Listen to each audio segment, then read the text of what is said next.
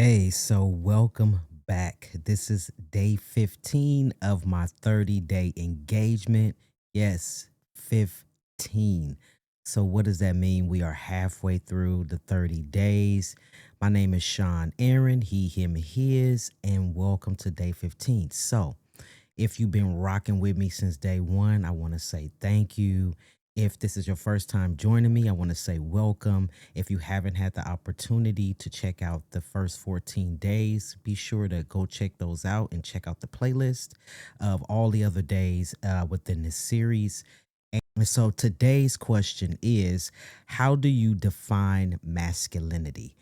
Wow. And oof, this is a good one. And so I feel like I am challenged with defining masculinity for myself every day, right? And I mean masculinity in a healthy way, not masculinity in ways in which I was socialized female at birth and what I thought of masculinity and how masculinity will reflect on my life, but how I embody masculinity for myself and how I model it for my son, how I model it for my family, how I model it for my grandchild. And so it's just this healthy way of masculinity. And it's also unlearning all of the things that I thought I knew about masculinity and incorporating ways in which I feel they are healthy to my well being, healthy to my mental health, and just in ways in which I want to project who I am as a black man onto the world, right? And when we talking about my identity, I'm black, queer, trans man,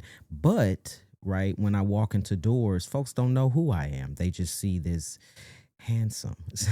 They just see this handsome, yes, but they see this black man and whatever their perceptions of what black men, who they represent or who they are. And I'm talking about for non-black folks. And even within black community, right? There are some stereotypes or some ideas of what masculinity or what manhood means. And so it takes daily reflection within myself to unpack some of those things that I learned and unpack some of those things and to incorporate who I really am deep down inside. And so, for folks who have been tuning in for the last couple of days, you know that I'm the host of Them Boys Podcast. And so, if today is your first day joining me, be sure to check out Them Boys Podcast. Them Boys Podcast is a platform that amplifies the voices of trans men of color. And so, I'll be sure to put the link down below so you can check out the podcast if you haven't yet. So when I talk about masculinity within the podcast, first season. So if you're listening to this current day, we're currently on the third season, episode 89, I believe. And so I believe I should know. So episode 89. But in the first season, I did a lot of solo episodes, right? And I did a lot of reflecting from comments and questions that folks asked of me, almost kind of like this 30-day series of like collecting questions that folks have been asking me to answer about my own personal life experience. And so I did a lot of solo episodes, but I answered some questions, but also I did some solo episodes on how and why I transitioned, navigating homelessness.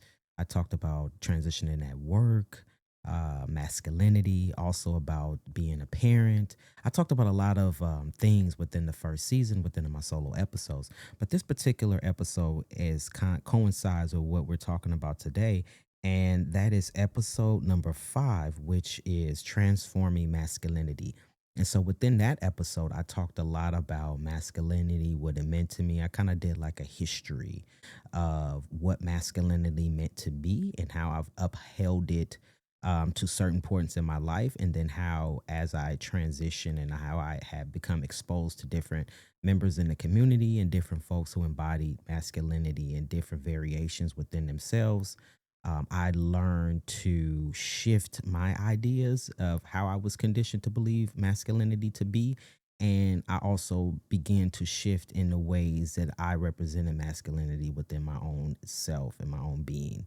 And so a lot of things that I held close to, I let go, I shed.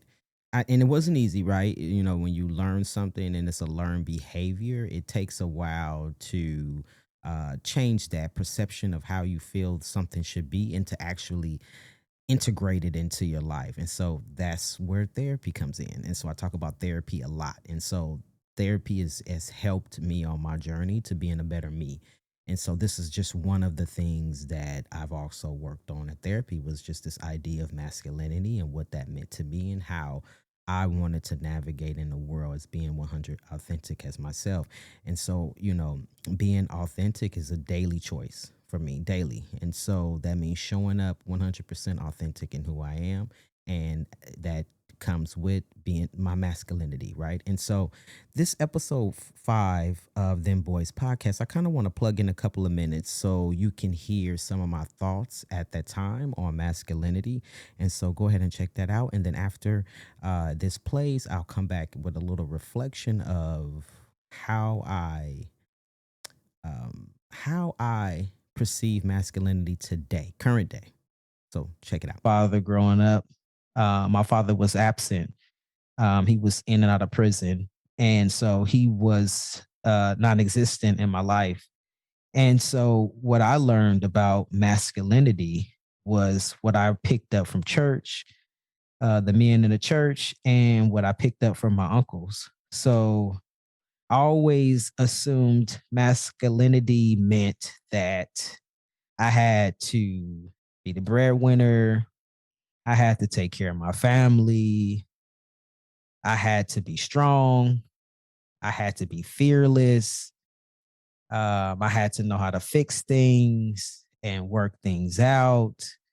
And that was all the things that masculinity held. And to be honest with you, if you think about it, that makes masculinity very heavy. Like that's a lot. That's a lot to carry, and that's a lot to carry alone. And trying to uphold this persona of being quote unquote masculine. So I know that, well, I think now is definitely how I view masculinity is definitely different. But I think like what I thought about masculinity before, as from, I thought that masculinity just meant you were a cisgender male and that was just masculine. I didn't really learn until much later, probably when I was in high school. I play basketball, I play softball. And so a lot of the folks on my teams were masculine presenting women. And so I think that's where I kind of picked up the term. You're like, oh, you a tomboy, or you rough around the edges and all of that. So that's kind of like how I picked up what I thought that masculinity was. So, but then when I got out of high school and then I started to identify as a stud, masculine, lesbian woman, masculinity to me meant that, right? But it still was encompassed by the same thing of like taking care of my partner and going to work, and I'm taking out the trash and I'm fixing the car, and I'm going to kill all the spiders and I'm going to, fix stuff that breaks, and I'm going to change the oil, and I'm going to fix the garage and like all of these things. I'm going to hang stuff up, and, all of these things that I just thought that, what masculinity meant. But it wasn't until probably about 7 years ago, 2015, I went to a leadership retreat, and it was a group of BIPOC folks, and it was a group of folks that encompass masculinity within themselves. But I remember when I got there, because from what I know, I've always was told like, even in the lesbian community, like studs do this, studs do that. They don't do this, they don't do that. And I think it was like always just trying to it was almost like a hyper masculinity, right? Of like things we couldn't do, and like you couldn't be touched, or you can't let nobody, you got to be the giver, not the receiver, like all these different things. And it wasn't until I went to this leadership retreat that I realized that everything that I thought masculinity was false. So that was episode 5 of Them Boys Podcast. And so if you want to check out the rest of that, and within that episode, I talked a lot about the different ways in which I picked up masculinity. Like I mentioned, church. I talked about my uncles, two of my very close uncles, and how they showed me two different variations of masculinity within themselves. And so all of these things that I kind of picked up as I was growing up. And I think that when I think I was very much a sponge. I still am a sponge. I love to I'm a lifelong learner. But I think one of the reasons when I talked about stud and how I picked up all of these different traits of what I thought masculinity was like, as I was listening to it, I think my main reason of gravitating towards certain things was, if you also go back into the podcast, I talked about being homeless. And so I was unhoused for 2.5 years from the time I was 18 up until about approximately 21. So then maybe just a little bit longer than 2.5 years. But um, I was a kid, right? And I was trying to navigate the world, and I was trying to navigate survival and life and being homeless and just being thrown out into the world, really. And so it was a lot for my body, my senses. It was like I was learning on speed dial. I was trying to I was trying to learn everything about life that I could. And I think that as a masculine of centered woman, as a identified as lesbian and as a stud at the time, I think a lot of these things that I picked up on for what masculinity that I held on so tight to was based on survival. And I didn't really realize that until right now, reflecting with you all about this episode. I was like, yo, some of those things that I did was about survival.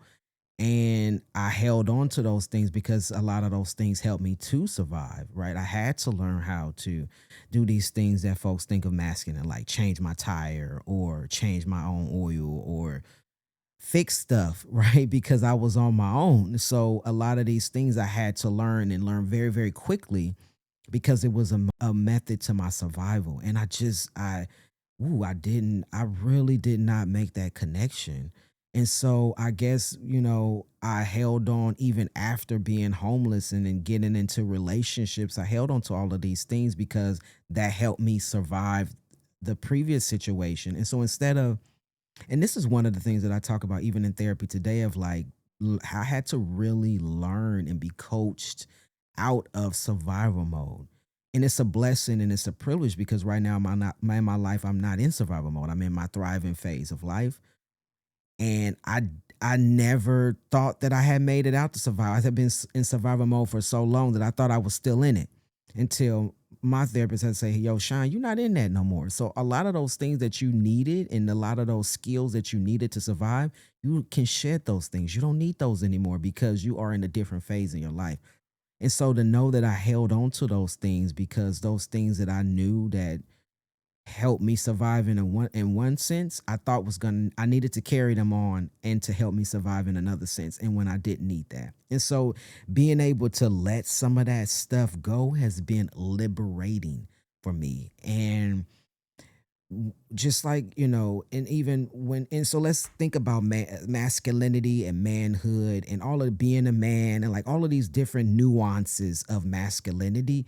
They all hold their own identity within themselves, right? None of them are connected unless you personally interconnect them within your own life, right? And so we all have the choice to choose our identities. We are, whether good or bad, right? We all have the choice to exhibit healthy masculinity, and we have our choice to not choose healthy but then to be toxic, right? And so we all have this choice to embrace ways in which we want to navigate the world, and it's our choice, right? We are given the free will, the free choice to do as we choose, but it's what are you doing with that makes it, what makes it healthy.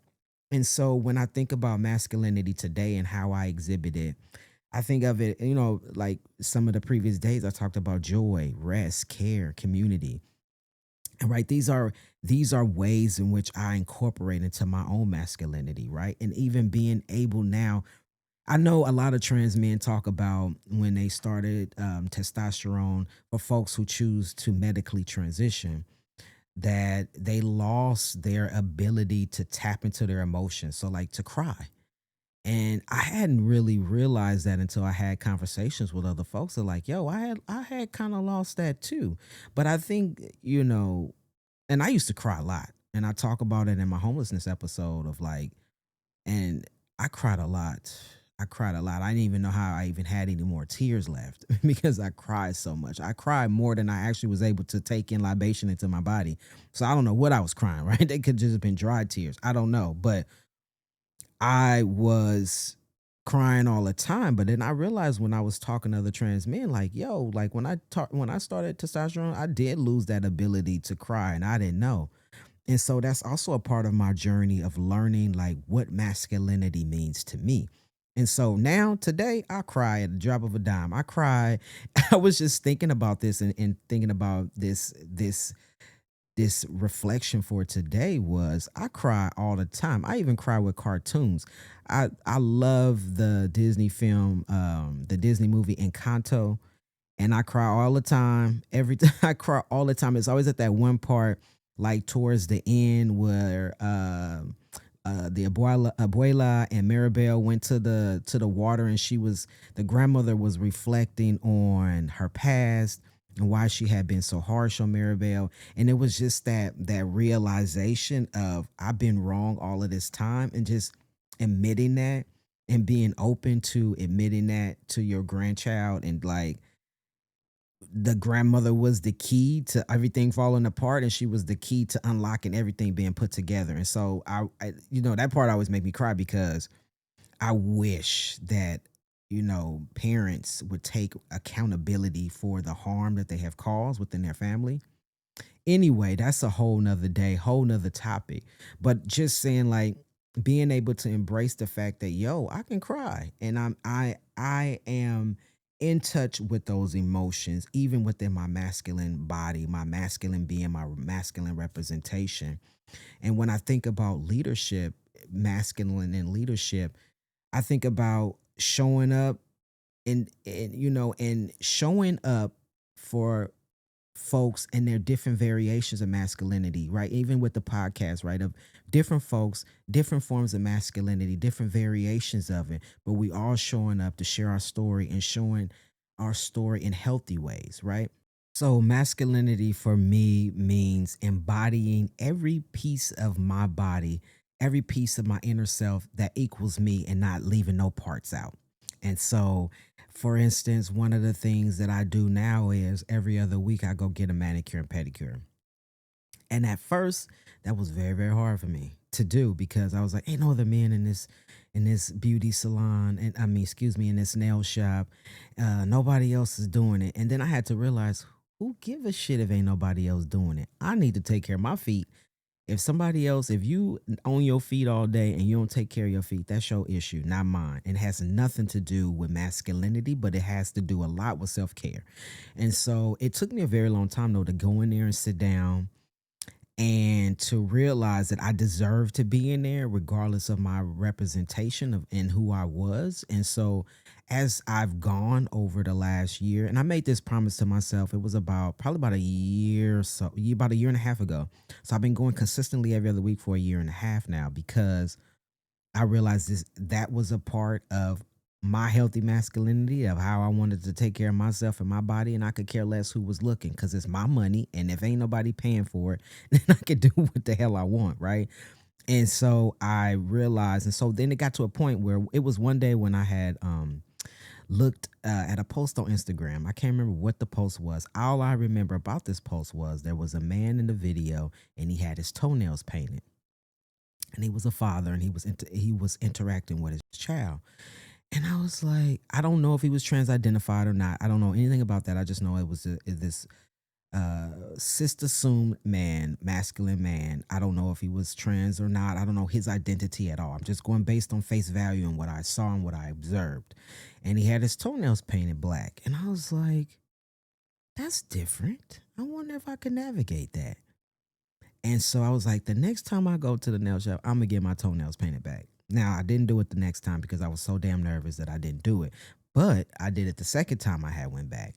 And the time after that I had went back and I got it done. And I've been getting it done ever since. And at first I was just a nervous wreck because I was like, what will these women in this nail shop think of me that this man is getting his nails painted black? And then I had to realize another thing also, they ain't paying for it either. And Me getting my toenails painted has nothing to do with my masculinity. They are two separate things. And so once I shed that, I have felt so liberated since in getting it done, right? And it just makes me feel good to myself. And so masculinity can be anything that makes you feel good within yourself.